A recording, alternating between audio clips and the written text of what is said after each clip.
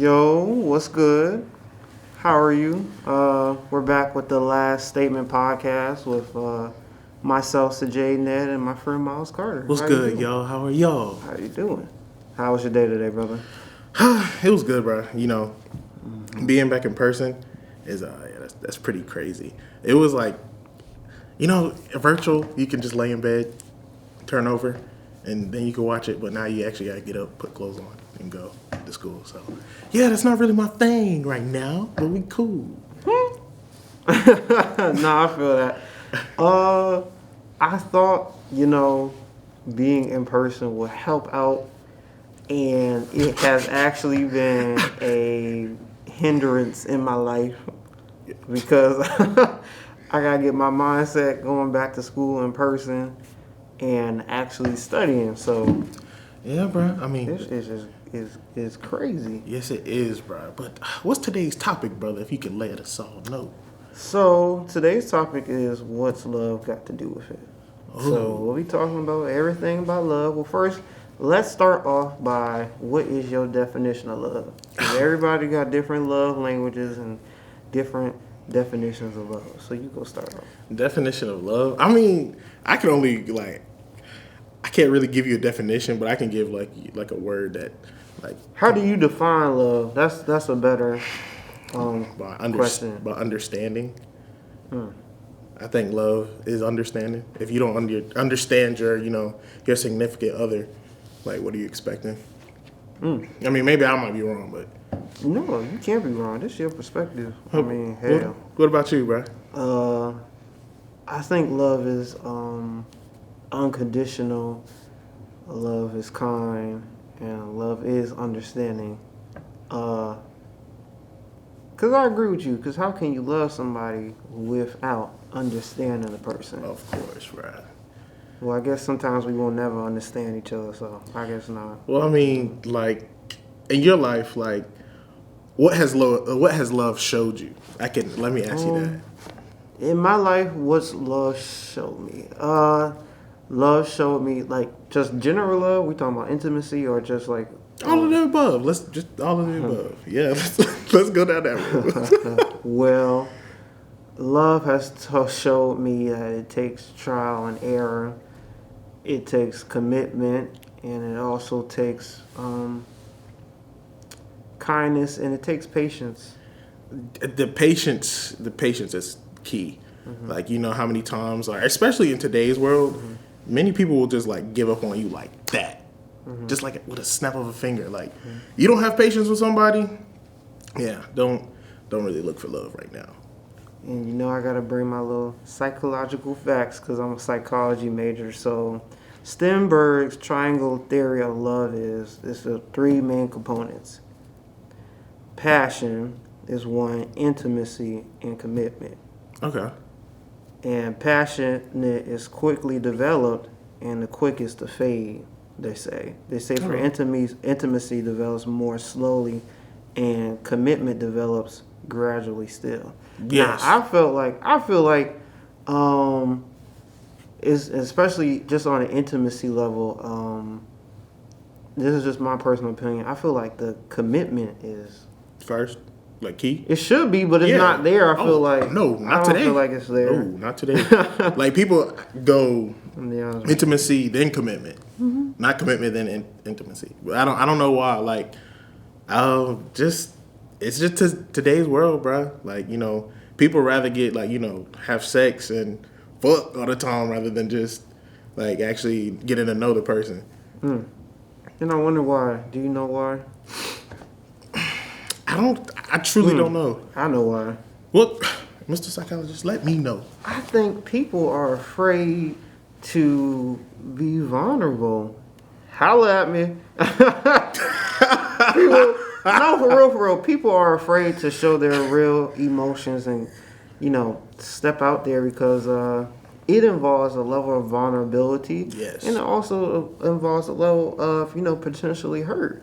Yeah, like you said, to go back on that trial and error point. That trial and error, it hurts. It can hurt really bad. Just you putting yourself out there, and that might not be the one. You have to go through hurt just to find yourself. It sucks, but it's true. Yeah. So the things I learned from my psychology class, because I'm taking family psych. Shout out to Professor Atkins. What? So she told us that 3 things love is not. Love is not martyring. Love is not manipulation. And love isn't limerence. What do you think about that? Manipulation. You said that in a lot of families now. Or, well, I don't say families, but in love, yeah, people use their. What was that? I said you could say families if you want. Yeah, family and in love. I mean, if we talk about love, we talk about every, who you love, everybody. Mm-hmm. But yeah, manipulation is one, like, it's a huge problem. And I think people don't know how they manipulate other people with love. So, I always say if you want to know who somebody is, check out their family. Yeah. A lot of times we pick partners and our family is our first form of communication. That's where we learn, our people skills and, who we see as a representation. So, I think a lot of times before anybody should get into a relationship, they should really do the self-work and be like, okay, am I really healed? Like, what was my demonstration of what love looked like? Is it whole? Is it functional? Yes, you see a lot of people as soon as they get out of relationships, they look to fill that void really quick. Mm-hmm. Like, just how many people have you seen? Like, how many people that they got out of like a 2-year, 3-year relationship and they went straight to somebody else to fill that void. Like, it's just I don't know the logic behind it, but like maybe you could shed some light on it. I don't know. On you saying people going in and out of relationships quickly, is that what you're saying? Yes, mainly.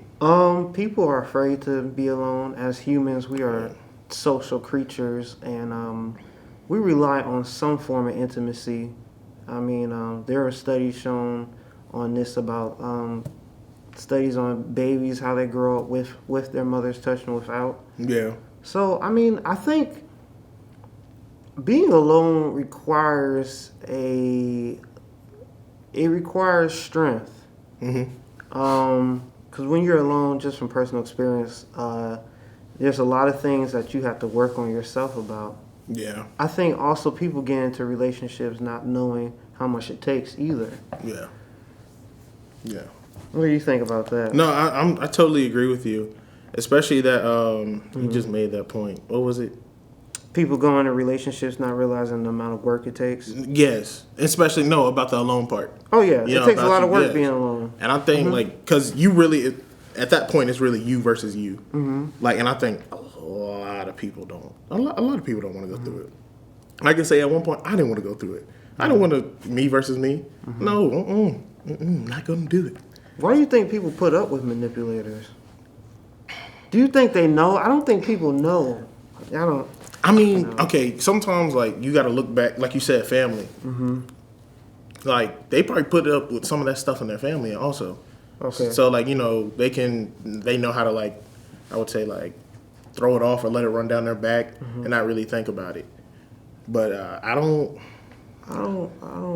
think a lot of times we stay in situations because we love people, hoping that it'll be different, where I was kind of taught, if a person shows you who they are, take it for face value. Right. Even though I guess it's hard sometimes, especially when you love somebody, you want to have hope for that person, I guess. What do you think? And I think you don't want to let go. You don't want to let go. I think because you feel like people can, they'll take your kindness as a weakness. If you're being kind to that person, they can like, all right, like, I'm gonna use that. Like, I'm gonna manipulate them through that way. And it leaves a lot of people broken.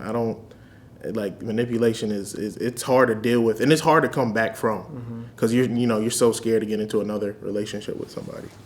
How do you date somebody with a personality disorder or maybe a flaw, or for example, dating a narcissist? I wouldn't say date. All right, so how would you date? Or maybe just having any kind of relationship, friendship. You got to know what you can tolerate. Mm-hmm. If you can put up with their mess, like all the time, like, okay, like, this doesn't really affect me. Mm-hmm. But if you see yourself, like, stooping to their level, or you're actually becoming one of them, or it's actually affecting you, no, get away from that situation. You don't want to do that. That's not good for you or your mental health. I can say that. But I think it's hard sometimes because you love the person. You can love the person so much that it becomes toxic. oh yes, dude. Oh my gosh. Oh, that's the worst. What? Love. Toxic love. Oh, toxic love. That is a one. Toxic love. Woo. Well, let's talk about toxic love. Okay. Sir, what has been toxic love for you? I can't answer that. Toxic love. I would say it's any form of. If it has, I would say toxic love is any form of me feeling bad. Okay. I shouldn't feel bad loving you. I get it, there's going to be hard times with anybody and anything, but I shouldn't question the relationship, any form of relationship. I shouldn't question you, really, if you love me, is what you're saying is true, because think about it again, actions have to align up with words. Yes, it does. Yes, it does. Toxic love. Okay. We've all had our toxic moments. All of us, I can say. I had mine. Yep. I was on my breath fire stuff. Yeah. Darling, I know what you will. Nope. Can't get copyrighted. Can't do it. All right. But, yeah. I've dealt with toxic love. I'm not saying, I'm not trying to say no names or nothing. But it drains you. Mentally and physically, because you think like I said, people will use your kindness as a weakness, man. Well, tell us more about it. What was it like, and how what did you have to do to get out of it? What did I have to do to get out? I had to withdraw myself from that person. Okay. It how hard it was, how hard it was for me to withdraw myself. I could say that that took a lot out of me. But I started to Why did you have to withdraw yourself? Because I was becoming sick from being with that person.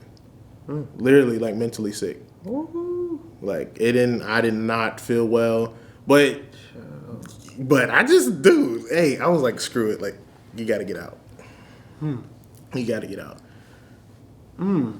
But it's it's no one It's no one it's no one that big. Wow.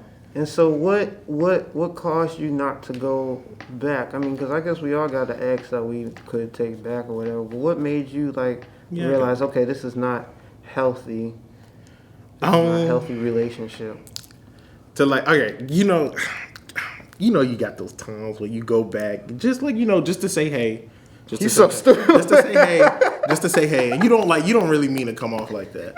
But no, So just to say hey, how are you? No, I can say the question again. Yeah, what made you not go back and realize, okay, this was, even though I love you, I got to love you from a distance? I mean, because I saw myself where I was at, how better I was off without that person. If I went back, I would go right back to that place again. But I've heard, and but I'm cool with one of my exes. She's pretty cool. That's good. We're still good.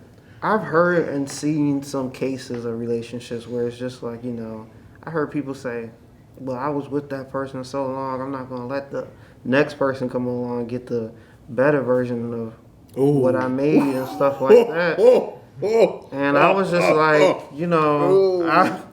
well, if you waiting for that person, you're going to be waiting for a long time. Someone said that to you? Ah, yes. Oh, yes. My gosh. Yes. That is toxic. What? Did you tell your mama? No, I didn't tell my mama. Shoot, I would have told my mama. I didn't tell my mama. This is somebody that I was talking to that said that. And I said, well, how long are you going to be waiting for that perfect person? If the person wants to, do right for you, if the person loves you enough, they'll do right. Yes. Yeah. And it shouldn't, and I want people to know also, love isn't perfect. I'm not advocating for love is perfect. Love is ugly, but if too. if you sit down and you're trying to have a conversation with somebody and the person is not understanding, there's no accountability, there's no ownership, not just an intimate relationship. We're talking about friendships and family relationships. That is an issue. Yeah. Yes. But hey, you nailed it. Love shouldn't make you feel guilty. No, it should not. It should not make you feel bad either. Yeah. But do you think, do you think going through that hurt with that person is part of the love or the process of love? Yeah, I do. Because nobody said, life will be easy. Right. You're gonna have some trials and tribulations. Like I said, it's not the problems that is the issue. It's how you deal with them. Yes.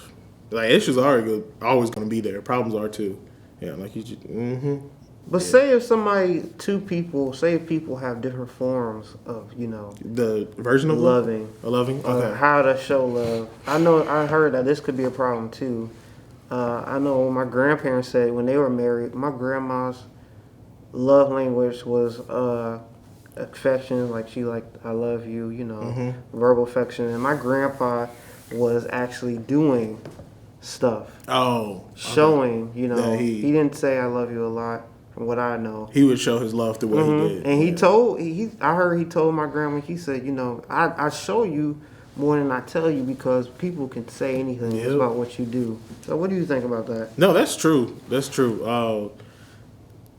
I think that's what, a lot of relationships, just even family too. It's, dude, love goes through so many ways. A lot of people, they talk more than they actually do. A lot. Do you think people know how to love? I think everybody, I heard this song. They think they do. It was by Tweet. She said, it's unfair what your perception of love is. I don't know. It's because, with that, I think where people usually mess up, in that talking stage, is they go into the relationship. See, this is the conversation we had. Let's just scratch that. The talking stage, I think people need to show their real self. I'm gonna just say that. I agree with you. I'm gonna just say that. I think people need to show their true self. Don't put on this persona of hey, I'm this type of chick. Show the ugly, show the bad. And you really know if that person messes with you. But that requires a level of vulnerability, though. People don't want the truth. No. People are scared. People are scared of rejection. Yeah. Yeah. Everybody's scared of rejection. I don't care. The people that brag the most talking about something, I get all the that's not. I mean, y'all the most insecure people. That's not. I don't know what that's all like. It is what it is. People are afraid of rejection, dude. Everybody is. Yeah. So I think that's why people put on that facade and stuff like that. I got all these girls. They own me. Think of it. It's just like marketing. You want to market this persona about yourself. Yeah. And that's who. And you want to show it to the people you want to show it to. Mm-hmm. Yeah. But back to this toxic love, though. Just so let's talk about let's get away from relationships. Let's talk about toxic love and family. Okay, that's a heavy one. I know it's a heavy one. So, how do I know? How would I know if my family was toxic? How would I see the signs? Especially for younger kids. Mm-hmm. Some younger kids deal with toxic behavior their whole life and think it's normal. And when we get to that certain age, we start kind of looking at our parents differently when we figure out those things. So how do we see those signs at the very moment? I can't say because everybody sees the signs at different times and different ages. I know I did, but I think you'll realize it when you start to experience other families, how they operate, and then you'll start to question and be like, okay, so maybe I wasn't all wrong about my perception what a family is supposed to be, right? Yeah. And then as you get older and you start developing your own mindset and stuff like that, and when you seek more, education and just life, some of the things, you grow up, questioning and be like, okay, that wasn't, right. Yeah. And stuff like that. But of course, when we're younger, we don't know these things because we don't experience anything outside of what we call was normal growing up. And that's where we take all our traits from. When we were younger, well, we see when we were younger, we will take that with us when we're older. Absolutely, dude. And you know, like, but who in that position? Who is accountable? What do you mean? Just who's accountable for that? For what? I'm sorry. For like just us. How can I word this? I'm just saying, like, who's accountable, like, for like making like that happen, like us carrying those traits, like, us feeling that toxic stuff from our parents, like who's accountable? I'm trying to understand. I get where you're coming from. Let me see if I can understand. Who is accountable for you? Just feeling that way. Acting out on the toxic love, or Yeah. Let's go with that. Yeah. Both parties. Both parties. Yeah, the person, us, people, the children and the parents. Well, the children when they get to a certain age.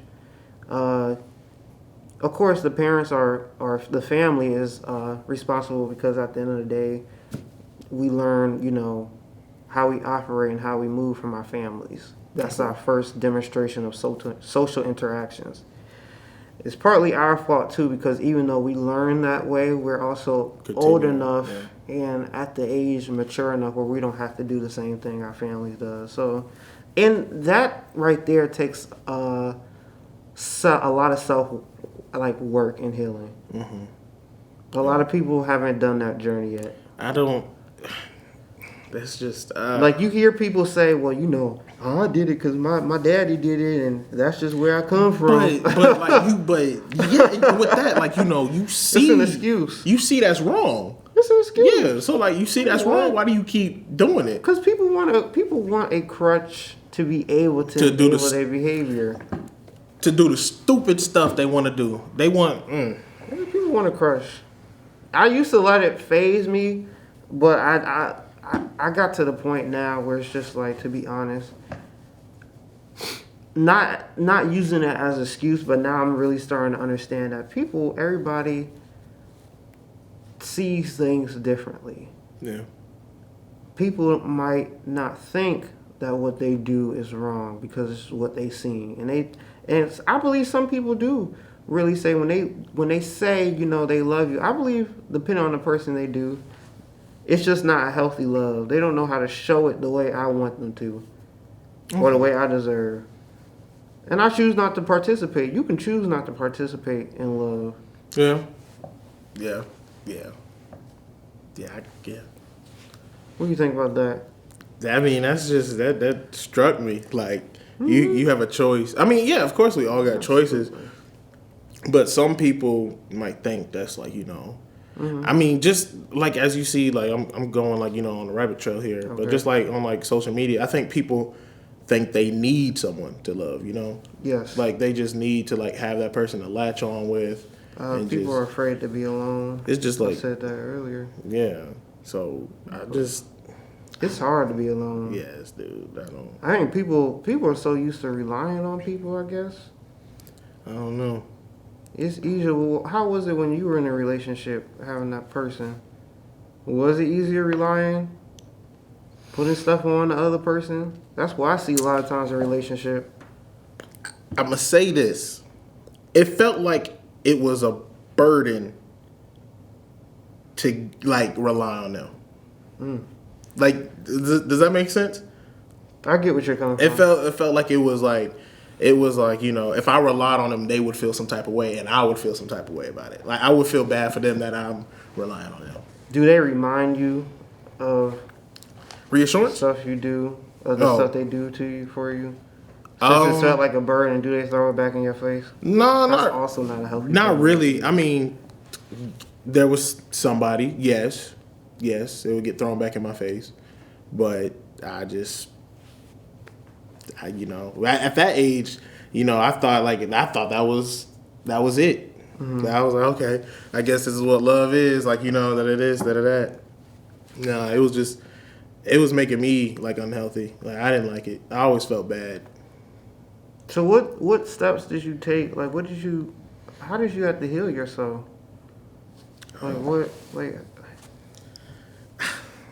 Talk about it.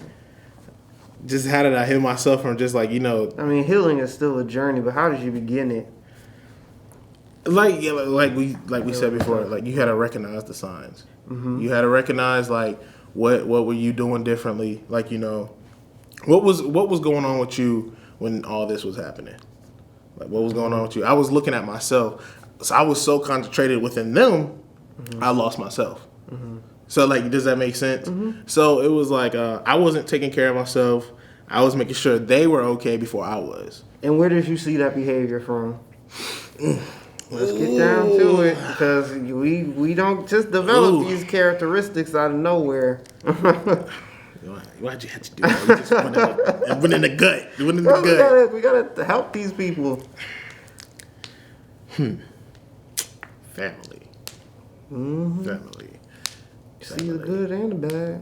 I'm not saying like I'm not saying like my immediate family like but it was like I would see some stuff and I would hear some stuff, and like seeped into your unconscious. And I was like, hold on, wait a minute, did I just hear that like right? Like this just happened to me. So it's just like it's so unhealthy. And just to talk to y'all, just if you feel you're like stuck in a situation like that, please just focus on yourself. Look at yourself first. See what you are, where you're at, what you're doing, and how you feel. Like you actually got to take the time to self-reflect and just think about what is going on at that moment. Because if you do not feel like good in that situation, and it's been a couple months, please just get out. And also the advice I would like to give is see the red flags and take them for face value. Don't put the red flags under the rug thinking that the person was going to change. Or a lot of times we find ourselves believing somehow that we could change people. If we just love them enough, they'll change for us. And I have to realize too, people need to change themselves. But how with the change thing, how do we always know how somebody actually really changed, but even just bringing that up to like a toxic person or a toxic like like family member, like that can backfire on you like that. Like just bringing up change to them, like hey, like I think you should do something different. So that's when you enable your boundaries. I think with love you have to have boundaries, especially with intimate partners. This is my boundary. I will not allow you to treat me such and such or talk to me such and such. People gonna get mad at you when you tell them your perspectives about themselves. So my question is to you, when should you establish that boundary? Should you establish it early on or like while you're in the relationship? It could be in intimacy or just any relationship. Just like intimacy. Yeah. Okay, let's go intimacy. You should establish it right in the talking phase. In the talking phase. Lay your intentions. I always say lay your intentions out clear on the line. Tell them what you will not accept and what you will accept, and if they don't like it, move on about. You see the real from the fake too. The real from the fake, and the fake from the real. But is there any, before we wrap up, because we got too many, what are any advice you would give people that are in toxic love and don't know whether they should leave or not? Or what kind of coping mechanisms do you give them? My advice for you all in toxic love yourself first. Make sure you take the time to really think, sit and evaluate how you are doing. Okay. Sometimes you got to separate yourself from that significant other. Like, you can tell them like, hey, like, I need to get away. I need to think for myself right now. So, just try to love yourself. Try to make sure you're okay first. And, just if it does get toxic, with that, that's hard because everybody doesn't want their business out there when you talk to somebody about a significant other to somebody else. So find a group, for the girls, find a group of girls like that are actually solid. For the boys, like follow the homies, talk to the homies. You could shoot at us. You could talk to us, anything. So yeah, man. I think one, heal the inner child. Do the self work first. Be by yourself first. Heal the inner child within you. Look at your definition of love. Look at who you got the model from. Evaluate that, because a lot of times where we get our model of people who show love, it could be unhealthy. Look at that. Do the work. Also, realize your flaws, because everybody have flaws. Don't go into the relationship thinking you can change the person. Don't go into the relationship thinking you need somebody. That's where the self-work comes in. Talk to somebody. Get a counselor. Yes. Heal yourself first before you get into a relationship. And you don't need somebody to make you whole. And I think what they should also hear is, like, you know, if you are in that toxic relationship, I can say this, you know, actually try to talk to them first. Try to talk to them because, you know, and try to actually see what you're doing also, because your actions might be toxic to them. Yeah. I'm not saying like, oh, like, you know, but just make sure, you know, make sure you're good and make sure, you know, but some sort of accountability. Yes, make sure you take some accountability. Be accountable. That's so that self-work. Yeah, man. But yeah, you can catch our episodes on YouTube and Spotify. The Last Statement. Thank you again. We'll be having our next episode coming next Friday again. And we got a special guest with that, you know, a call in, so it's gonna be pretty dope. But yes, sir. Next Friday, new episode, 12 p.m. Thank you for tuning in. Catch y'all later.